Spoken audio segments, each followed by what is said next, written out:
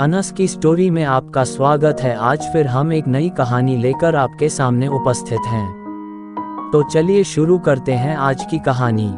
ये कहानी एक छोटे से गांव की है जो हिमालय की तलहटी में बसा हुआ है। गांव का नाम हैप्पी टाउन है और यह अपने शांतिपूर्ण और खुशहाल वातावरण के लिए जाना जाता है। हर साल क्रिसमस के मौसम में गांव के बच्चे सांता क्लॉस की प्रतीक्षा में उत्साहित होते हैं जो उन्हें उपहार लाता है। पहला अध्याय।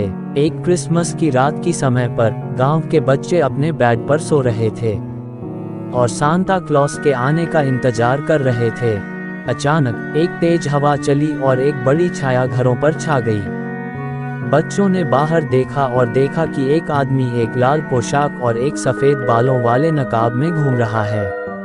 वह एक बड़ा बैग लेकर चल रहा था और उसके हाथ में एक बड़ी छड़ी थी। बच्चे डर गए और अपने बिस्तरों में छिप गए। आदमी ने खिड़कियों के नीचे झांका और बच्चों को देखा। उसने मुस्कुराते हुए कहा, शुभ रात्रि बच्चों, मैं सांता क्लॉस हूँ और मैं तुम्हें तुम्हारे गिफ्ट तुम्हें देने आया हूँ। बच्चे चुप रहे। वे नहीं जानते थे कि क्या विश्वास करना है। सांता क्लॉस ने दरवाजा खटखटाया। एक बच्चे ने धीरे से दरवाजा खोला। सांता क्लॉस अंदर आया और बच्चों के बीच बैठ गया। उसने अपना बैग खोला और गिफ्ट निकालने लगा। बच्चे खुश हो गए। उन्होंने अपना गिफ्ट खोला और उनसे खेलने लगे। सांता क्लॉस ने बच्चों के साथ बात की और हंसी मजाक की। दूसरा अध्याय। रात के 1 बजे सांता क्लॉस ने कहा, मुझे अब जाना होगा। बच्चों ने कहा, नहीं, कृपया हमारे साथ रुकें। सांता क्लॉस ने कहा, मुझे कल और भी बच्चों को गिफ्ट देने के लिए जाना है। बच्चे उदास हो गए। वे सांता क्लॉस को जाने नहीं देना चाहते थे। सांता क्लॉस ने कहा, मैं तुम्हें एक रहस्य बताऊंगा। मैं वास्तव में सांता क्लॉस नहीं हूँ। मैं एक बुरा आदमी हूँ जो बच्चों को मारता हूँ। बच्चे डर गए। वे भागने लगे। सांता क्लॉस ने अपनी छड़ी उठाई और बच्चों पर हमला किया। उसने बच्चों को पीटा और उन्हें मार डाला। एक बच्चा, जिसका नाम रिया था, भागने में सफल रहा। उसने गांव में जाकर लोगों को बताया कि क्या हुआ। तीसरा अध्याय। गांव के लोग रिया की कहानी पर विश्वास नहीं करते थे।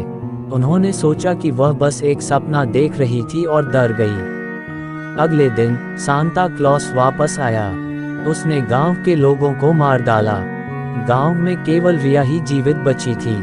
वह एक जंगल में भाग गई और छिप गई। चौथा अध्याय। रिया ने जंगल में कई दिनों तक छिपकर बिताए। वह भूखी और अकेली थी। एक दिन रिया को एक बूढ़ा आदमी मिला। बूढ़े आदमी ने रिया को अपने घर ले जाया और उसकी देखभाल की। बूढ़े आदमी ने रिया को बताया कि वह एक जादूगर है। उसने रिया को जादू सिखाया। रिया ने जादू सीखा और सांता क्लॉस को हराने की कसम खाई। पांचवां अध्याय। क्रिसमस को रात के समय उसी टाइम पर रिया ने सांता क्लॉज का इंतजार किया।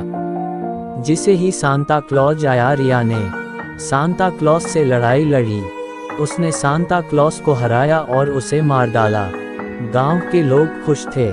उन्होंने रिया को एक नायक के रूप में सम्मानित किया। रिया ने गांव में शांति स्थापित करने में मदद की। वह एक महान जादूगरनी बन गई और हमेशा बच्चों की रक्षा करती रही। निष्कर्ष। ये कहानी हमें याद दिलाती है कि हमें हमेशा सतर्क रहना चाहिए। हमें ऐसे अजनबी लोगों से दूर रहना चाहिए। अगर आपको वीडियो अच्छी लगी हो तो प्लीज़ वीडियो को लाइक करें और चैनल को भी सब्सक्राइब करके बेल नोटिफिकेशन को ऑल पर प्रेस कर दें। Thanks for your watching.